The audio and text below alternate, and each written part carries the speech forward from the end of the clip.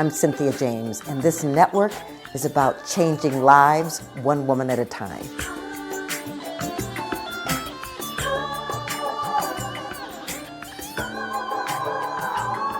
Hello and welcome to Women Awakening. I'm your host, Cynthia James, and I am very excited to be with you weekly to introduce you to women that are change makers on this planet. They are women who are making a difference, who have a passion, who have stepped into their power and are doing things to make this world a better place.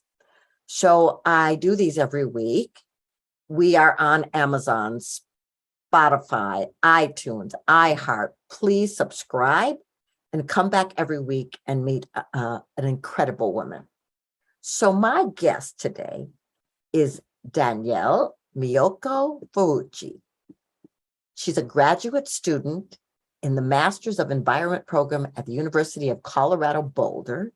She's studying urban resilience, sustainability, and environmental justice. She's also founder of Furuichi Consulting LLC, providing exclusive language and LGBTQ plus inclusivity trainings to businesses, nonprofits, and other organizations. What I love about this person is that Danielle is passionate about creating inclusive and equitable spaces where people can live authentically as themselves and thrive. Danielle, thank you for being here. I'm really grateful. My friend Jamie Van Leeuwen introduced me to you, and he spoke so highly of who you are. So welcome, and thanks for making time. Yeah, of course. And just as a reminder, my pronouns are they, them, theirs. Right, instead of she. Right. Thank you. And we will talk about that because that's interesting to me. So, but I first want to know, where is your background? How did you grow up? Where did you grow up? Because you're multinational. Yeah. So my dad is Japanese and my mom is white. And I was raised culturally Jewish from Los Angeles on Tongva and Chumash lands. And I just have a lot of different identities. And because of that, never really fit into any boxes.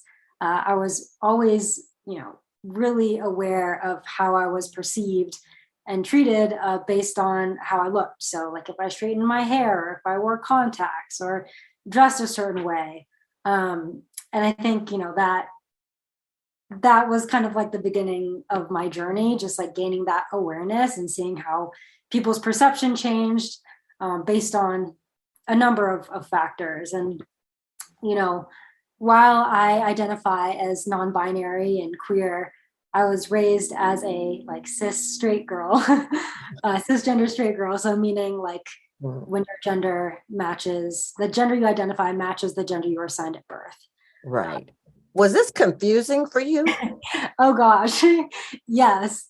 It took a really long time to figure out because I just didn't have the language for it for the longest time. Like I knew something was up, but couldn't quite pinpoint, what that was for a really long time. Yeah, well, I've had the opportunity to interact with several non-binary youth people, especially. And I actually believe that you all are on this planet to help us wake up and really help us connect to the fact that we're all interconnected. It doesn't matter what gender or what sexual preference. It's like we're all interconnected and we all get, I loved in your bio, it said authentically expressed. So tell me, when you stepped out of being the straight girl family thought to they and them that you are. Yeah. Well, I think it was a journey many years in the coming. And so, I realized that I wasn't straight in college, just, being exposed. And my parents have always been extremely supportive and they did the best that they could raising me. I have, no complaints with that. It just, they didn't have the language. I wasn't exposed. And, when I saw, lesbian people in the media or queer people in the media, one, there wasn't a lot. Mhm. And even then, I didn't immediately resonate with it. I think there was a lot of like internalized homophobia, just culturally, that kind of took a really long time to unpack. And then my journey, I thought I was done coming out, and that continued to unfold. And the pandemic happened, and I had a chance to kind of step away from the public, literally isolating from everybody else. And it gave me a long time to think and reflect and, figure out like why I was feeling the way I was, and why shopping gave me so much anxiety, and like all these different things. And like I asked my mom, I used to like hate shopping, which is such a ridiculous thing to say, but it was because I experienced so much gender dysphoria. Like I would look in the mirror and I couldn't tell you why what I was seeing was wrong, but getting that language, and like when I heard non-binary for the first time, I was kind of like, and it was interesting because I used to get, I still do, at the grocery store, people are like, "Oh, thank you, ma'am," or "Yes, ma'am." I used to get so angry, and I'm like, "You don't know my gender," and I was like, no one else is getting angry, and it was just a lot of unpacking. And I have an extremely supportive partner, and they were kind of like, "Well, why don't you try this out and see how it feels?" And it was extremely liberating to kind of discover that and open my world up. And now I feel like I'm learning about myself constantly.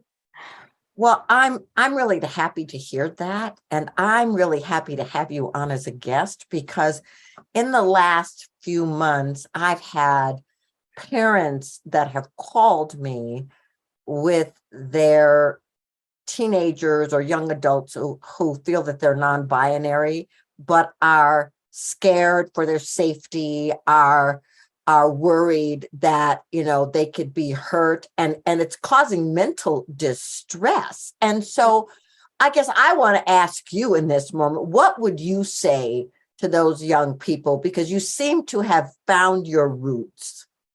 Yeah. I think a support system is the most important thing. Like, find your safe space. Because for me, I go out into the world, and no matter how I do my hair or how I dress, people most of the time are going to see me and be like, "Woman," and it's really helpful to be able to come back to my apartment, or, to my friend group, or to my parents, and have this space where they know who I am, and they see me for who I am, and they can affirm, my gender. Like sometimes, I can validate it for myself, but when you're constantly hearing, the gender binary being reinforced or being misgendered, it's always good to have a space where I can go back to, where I'm like, I don't have to prove to anybody who I am. Like I can just be. So number one is like, find those people and make space and make time to be with those people exclusively, so that you can get that validation. And then second, therapy. Yes. Find a good therapist, because it is hard work. I don't want to be like, it's rainbows and butterflies when you come out. Like you're battling against systemic issues and like a rigid gender binary that's reinforced everywhere and constantly. And safety is the number one thing. So do it when you feel safe and when you feel comfortable. And just because you come out to your parents or your friends doesn't mean you have to come out to the rest of the world if you're not ready. Like, right. You get to choose who gets to know you. So I like that. Well, I love that. And I want to say I'm a baby boomer, and, we were brainwashed, everything was, compartmentalized, and so to witness what is going on now in the last generation or so, it's like an awakening for my generation. Mm-hmm. It's like, how do we move into places of honoring and respect and acceptance? And so I love what you said. Support, therapy. You don't have to come out till you're ready. I hope anybody listening got that, because that's important. Yeah. Okay, now I want to talk about your education. Yeah. So you're getting a master's in environment. Talk to me about what that means to you. Yeah. Well, this is kind of a long one. So I'm studying like urban resilience and sustainability and environmental justice, which is just a lot of words. But really, I want to make sure that communities are able to be resilient against climate change, because climate change is already happening. It's going to continue to happen. Even if we were to, stop everything now, it would still continue. And I'm really passionate about different concepts of justice and environmental justice. And I am really big on empowering communities, and give them the tools, give them the support that they need, because they know what they want, they know what they need. And I just want to be able to elevate that and make sure that they have the power, institutional, physical, whatever that may be, to have sustainable communities. Yeah. Well, and have you thought about, education is so important. Have you thought about how to educate the larger population that is so clueless about climate change and sustainability and ecosystems? Have you thought about that? Is that part of what you're learning and what you want to do? Oh, absolutely. That's kind of one of my favorite things to do. I love to talk to people. I love, I was a teacher for a couple years, and my last job actually at an environmental nonprofit in Los Angeles, my entire job was educating community members. And a lot of times, like having not thought about climate change or the environment in an expansive way. So a lot of people think environment, they think like the wilderness, the mountains, but in reality, like the environment is where we live, it's where we work, it's where we play, it's where we pray. It's all of those things. It's not just, you don't have to be surrounded by trees. Like your home is your environment. Right. And, connecting to the things that people already care about and they already know. And, I like to say it's like opening up their world, Yeah. Well, and it's the air we breathe. Exactly. Yeah. Yeah, it's and I will just say for myself, I get confused how hard it is for people to understand that if you don't take care of the earth won't take care of you. There's a part of me that goes, 1 + 1 = 2. I mean, so tell me, because you also have created this consulting company. What does your consulting company do? Yeah. So I, take the lens, both my environmental lens, environmental justice lens, but also the lens that I've gained as a human being, a mixed, non-binary, queer human being.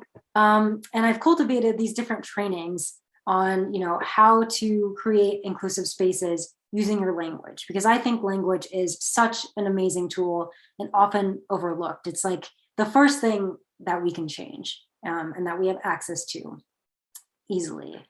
And really, one of the reasons why I developed Furuichi Consulting is because these trainings kind of happen naturally for me. I put together my very first one at the environmental nonprofit in Los Angeles, when I founded their very first Justice, Equity, Diversity, and Inclusion Committee. Like that's just something I've always been passionate about, and I've always cared about that. And at CU, the opportunity presented itself again. I was a diversity leadership fellow. I created a different version of the training for faculty and staff. And that's actually when Jamie reached out and was like, hey, can you give this to my organization? And that's when I was like, I think I can do this. And he loved the training. And, I've really noticed, I've been in a fair amount of diversity, equity, inclusion trainings. And I've really noticed that most of the time they almost exclusively focus on allyship, which obviously is important, but it's also crucial to center the people most impacted. And I know that when I would attend trainings, like I would feel drained afterwards, because I'm like, this training, some of them were for me, but some of them weren't. And those were really draining to have to sit through people thinking through these things, And I want people to leave my trainings, the people who are most impacted, to leave empowered rather than drained. And then the people who are there to learn know how to show up for people at the end of the training. So I'm Yeah, really, well, I'm sorry, I didn't mean to interrupt you, but I think it's important because as you were talking, the thing that went through my mind was, can people walk into the rooms with an open mind and an open heart to hear varying degrees and ways of expressing inclusivity and diversity so that they can expand their awareness? I mean, and is that what you're talking about? yeah, I like to think of like inviting people in to think deeply and creatively about how to use language as a tool to create the environments that they want to see in the world. Because a lot of times, we can work on those systemic things and they're absolutely crucial, but that's not something, we can't change. That doesn't change in an instant. But Right. we're thoughtful and intentional with our language, we can start to create those spaces. Well, okay, so this is a perfect example. Yeah. I invited you and I said I wanted to share you with my tribe, and you came back that there was discomfort in me using that word. Talk to me about that, and then I'll talk to you about what I was thinking. Sure. I mean, definitely for me, I don't want to use the tribe for myself because, I've heard a lot of Indigenous activists talk about how that word carries a lot of meaning to Indigenous people. And that's not something that I want to use for myself based Right. on what I've heard from Indigenous people. But for other people, obviously I'm not Indigenous, so I can't determine whether or not that word is appropriate and who it's appropriate for. I just know that for me, um, I would use that word to describe like my group of people, I guess. Yeah, that's so great. Well, and I want you to know that I've been in several conversations about that word. Because my background is Native American, Indonesian, African, and they all have tribes. Yes.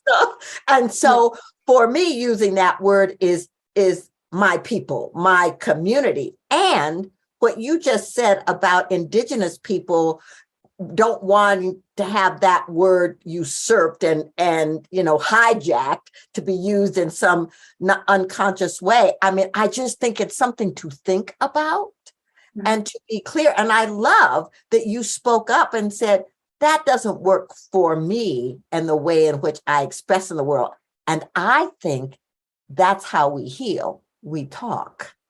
Yeah, I know, and that's the hardest thing to do, is to to speak up oftentimes because it can be uncomfortable. But I think, when I'm being corrected or if I'm, educating someone or telling someone how I feel, it's really you have faith in them, you're investing in them, and you're spending your time to correct them. And for me, if I'm being corrected, um, I'm really grateful and really thankful because that means that they believe that I can change and do better.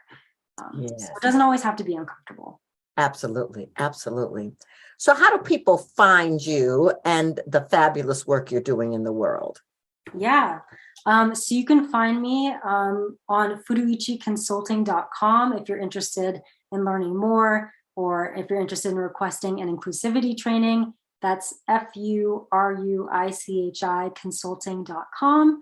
Or you can just email me directly at Danielle@furuichiconsulting.com. Beautiful. Yeah.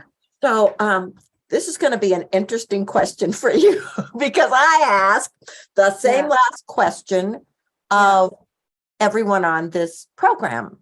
This show is called Women Awakening.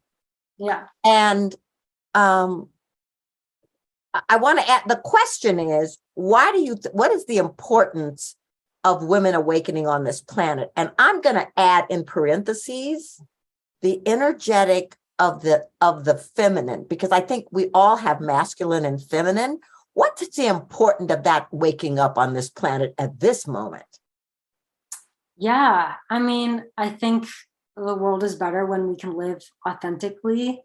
And if there's anything that I could emphasize is, not to feel the need to conform to any kind of gender norms or standards, because you aren't confined to the expectations that people have of you simply because of your gender identity or expression. And I think we can all be liberated in that way, even if you are a cisgender woman, like you can express yourself or do whatever you want. And I think the world will be better for it, for sure. Well, thank you so much. I am so honored to know you. I think you're exquisite, and what you're doing on the planet is fabulous. And I'm grateful that my audience gets to meet you and see what you represent. It's quite beautiful. Thank you very much. Oh, thank you so much, Cynthia. It was great being here. So, ladies, I'm going to say the same thing to you I say every week. You're magnificent. You're powerful. You're dynamic. You're here to do great things. You are here to bring your light, shine your light, step into your power. This is not the time to shrink or pull back your energy, because this world is begging for transformation. I love you. I will see you next week. And thank you so much for being present.